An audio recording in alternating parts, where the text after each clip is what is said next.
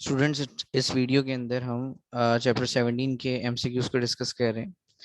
इस चैप्टर में एमसीक्यूज में आपसे टॉपिक वाइज डिस्कस करूंगा। और पहला टॉपिक हमारा है theory of relativity. Theory of relativity के अंदर पहला एमसीक्यूज वो आपसे कह रहा है, अ बार ऑफ 1 मीटर इन लेंथ। एक बार है जिसकी लेंथ कितनी दी हुई है, 1 metre, and located along X axis. और वो कहाँ पर लोकेट कर रहा है, एक्स एक्सिस के ऊपर। और moves with a speed of 0.75 C with respect to stationary observer. तो स्पीड आपको दी हुई है, एल आपको दिया हुआ है L0। और अब आपसे कह रहा था length of the bar as measured by the stationary observer. तो जो ऑब्जर्वर मेजर करता है उसे हम एल कहते हैं। तो L0 यहाँ पर आपको गिवन है 1 मीटर। एल आपको मालूम करना है। स्पीड आपको दी हुई है 0.75 सी। फॉर्मूला यहाँ मैंने मेंशन कर दिया है, इसी के अंदर हम वैल्यूज को पुट कर देते हैं। सो L0 की वैल्यू आपको गिवन है, L0 आपको दिया हुआ है 1 मीटर। तो यहाँ पर हम पुट कर देते हैं 1 मीटर। देन वी आपको गिवन है, और वी की वैल्यू जो आपको गिवन है डेट इज 0.75 सी। ठीक है, 0.75 सी।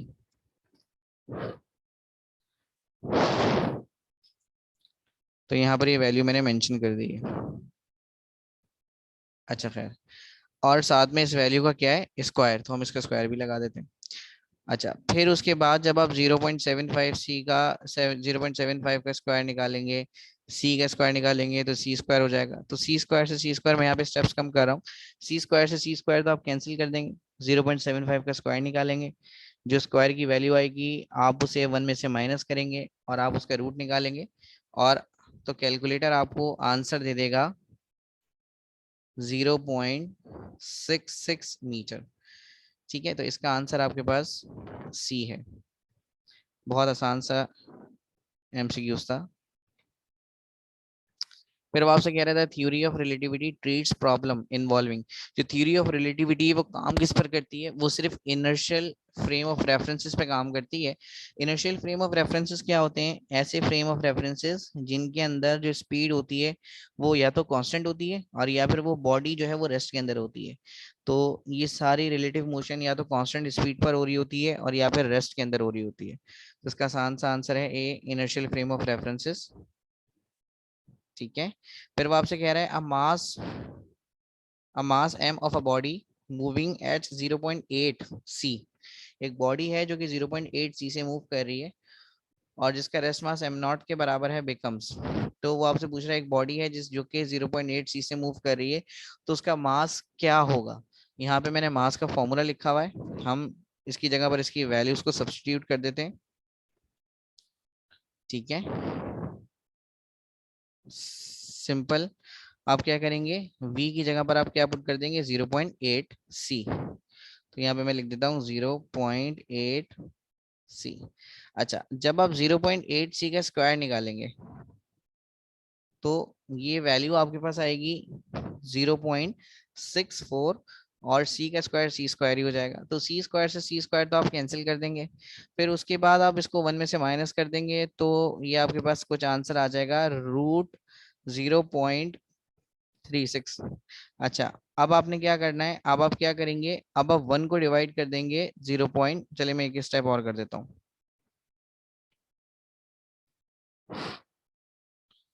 अब आपने क्या करना है, सिंपल।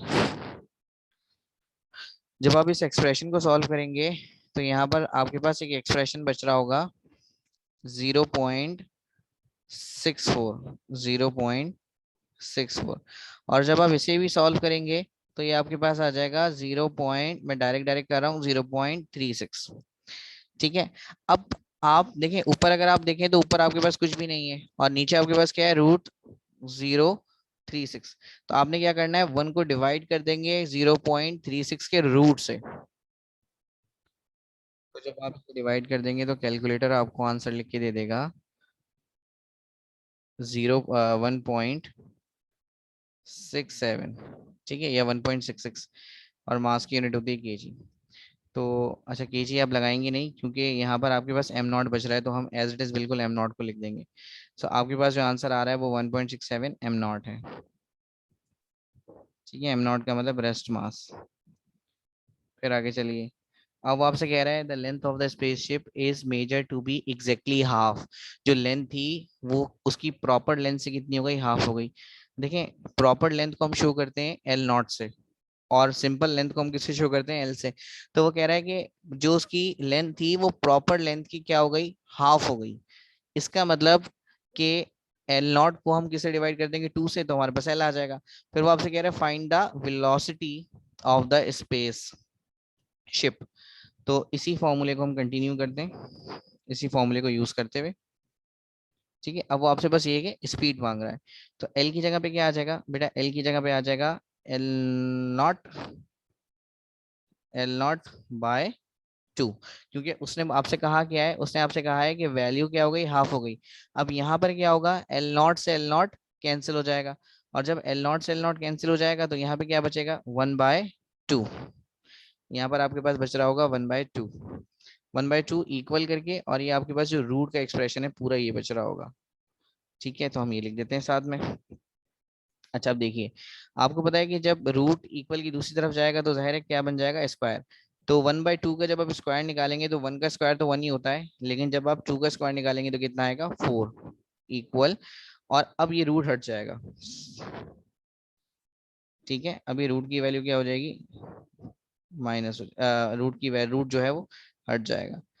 तो अब क्या होगा, देखें, अब आपने वी स्क्वायर मालूम कर, आपने वी मालूम करना है।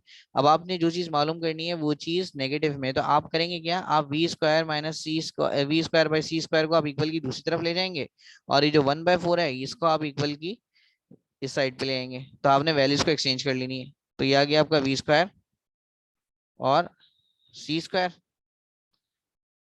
अच्छा, एक मिनट, तो ये आ गया आपके पास वी स्क्वायर और सी स्क्वायर। अच्छा, उसके बाद आपने क्या करना है इसके साथ, इक्वल।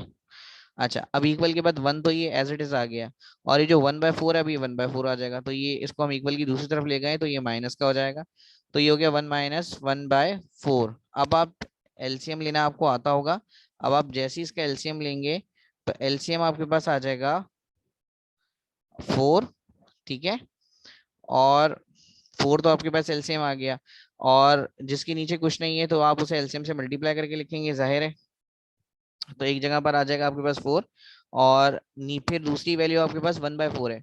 तो वन बाय फोर के अंदर तो फोर ऑलरेडी मेंशन है जो कि एलसीएम ही है। तो फोर से फोर जब कैंसिल होगा तो आ जाएगा माइनस का वन। ठीक है। अच्छा देखिए, एलसीएम में मैं बहुत डिटेल में नहीं जा रहा, क्योंकि हमारा काम यहाँ पर एलसीएम लेना या एलसीएम को सिखाना नहीं है। ये सारी चीजें आपको आती हैं, नहीं तो आप सिंपल क्या कीजिए, आप कैलकुलेटर में वन बाय फोर को डिवाइड कर, वन को फोर से डिवाइड कर दें। तो यहाँ पर आ जाएगा आपके पास वन माइनस 0.75, ऐसे जीरो 0.25 ऐसे कर लें। फिर वन में से 0.25 को माइनस करेंगे तो आपके पास 0.75 आ जाएगा। आपकी मर्जी है, आप एलसीएम से काम करना चाह रहे हैं आप एलसीएम से काम कर लीजिए, नहीं तो आप डायरेक्ट कर लीजिए। जैसे मैं आपको डायरेक्ट भी बता देता हूँ कि डायरेक्ट आप कैसे करेंगे। तो देखें, ये वन तो आपके पास डायरेक्ट आ गया, और वन को जब फोर से आप डिवाइड करेंगे तो कैलकुलेटर आपको लिखा हुआ दे देगा 0.25। फिर बिल्कुल इसी तरह से जब आप इसे सॉल्व करेंगे तो आपके पास ये कितना आ जाएगा, 0.75। अच्छा, फिर क्या होगा, फिर ये जो स्क्वायर को आप इक्वल की दूसरी तरफ लेंगे, ये सी स्क्वायर इक्वल की दूसरी तरफ आ जाएगा। तो अब देखिए क्या होगा, ये सिंपल वी स्क्वायर आ जाएगा। ठीक है, तो वी पर हम स्क्वायर लगा रहे हैं, और ये सी सी स्क्वायर जब इक्वल की दूसरी तरफ जाएगा तो ये क्या हो जाएगा, मल्टीप्लाई। सो इक्वल 0.75 सी स्क्वायर। अब होगा क्या, कि जब आप स्क्वायर को इक्वल की दूसरी तरफ लेके जाएंगे, जब आप स्क्वायर को इक्वल की दूसरी तरफ लेके जाएंगे तो स्क्वायर क्या बन जाएगा, रूट। तो यहाँ पर तो सिर्फ वी बचेगा, लेकिन यहाँ पर आपके पास क्या आ जाएगा, रूट। तो यहाँ पर आपने इसकी वैल्यू का रूट ले लेना है। ठीक है, इसकी वैल्यू का रूट आ जाएगा। तो 0.75 का भी रूट आ जाएगा और सी स्क्वायर का भी रूट हो जाएगा, लेकिन सी के स्क्वायर से रूट कैंसिल हो जाएगा, तो सी पर से तो रूट उसी वक्त हट जाएगा, लेकिन 0.75 का आपने रूट लेना पड़ेगा। ठीक है, और ये सी ऐसे ही आ गया बिल्कुल, क्योंकि सी पर जो स्क्वायर है वो सी के स्क्वायर पर, जो सी पर जो स्क्वायर है वो रूट से कैंसिल हो जाएगा। अब आपने क्या करना है, कैलकुलेटर में 0.75 का आपने स्क्वायर ले लेना है। ठीक है, तो जब आप इस वैल्यू का स्क्वायर लेंगे तो कैलकुलेटर आपको लिखा हुआ दे देगा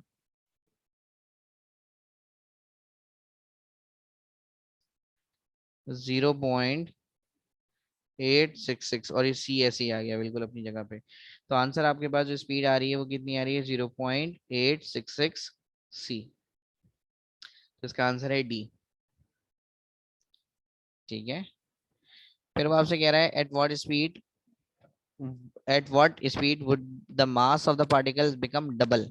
वो कौन सी स्पीड है जब पार्टिकल का मास जो है वो डबल हो जाएगा? तो वो स्पीड हमें फाइंड आउट करनी है। तो इस न्यूमेरिकल को भी मैं सॉल्व कर देता हूँ।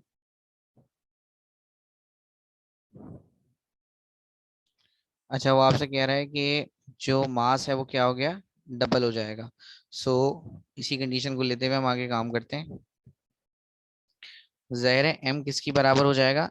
2m0 के। उसने यही कंडीशन आपको दी है कि जो मास है वो रेस्ट मास के मुकाबले में क्या हो जाएगा? डबल हो जाएगा। अच्छा देखिए, नेक्स्ट स्टेप में क्या होगा? m0 से m0 कैंसिल हो जाएगा।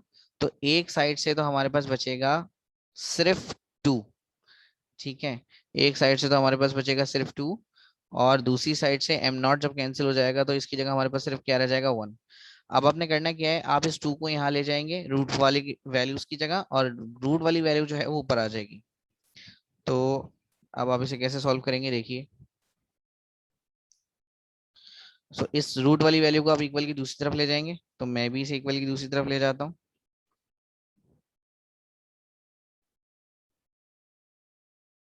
ठीक है, और ये जो 2 लिखा हुआ है, इस 2 को आप इक्वल की दूसरी तरफ ले जाएंगे तो ये डिवाइड में आ जाएगा। ये आ गया 2।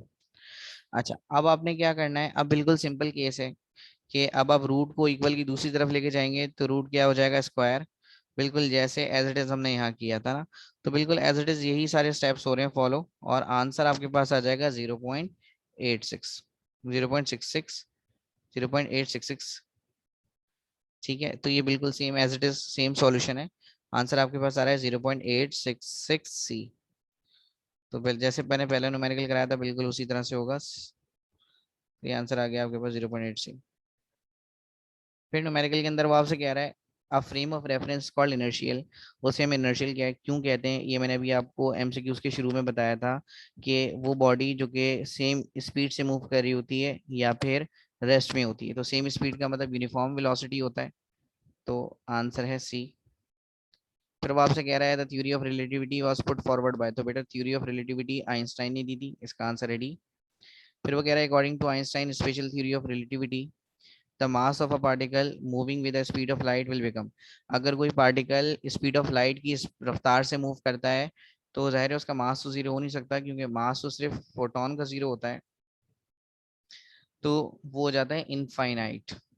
ठीक है, क्योंकि v की जगह भी अब आप c रखेंगे तो फॉर्मूला आपको याद होगा, m बराबर होता है m0 बाय 1 - √1 - v² / c²। तो v की जगह भी जब c रखेंगे, क्योंकि स्पीड ऑफ लाइट के अकॉर्डिंगली मूव कर रहा है, तो c से c कैंसिल हो जाएगा, और यहाँ पर आपके पास बचेगा 1। तो 1 - 1 √0 लेंगे तो वो इनफाइनाइट पे चला जाएगा। जीरो हम लिख नहीं सकते क्योंकि मास तो ज़ाहिर है खत्म नहीं हो सकता, लेकिन फोटोन का मास जो है वो जीरो होता है। तो लेकिन फोटोन के अलावा अगर कोई भी पार्टिकल है तो फिर वो इनफाइनाइट पे जाएगा। लिखा हुआ है Einstein theory of relativity states that the speed of light in vacuum.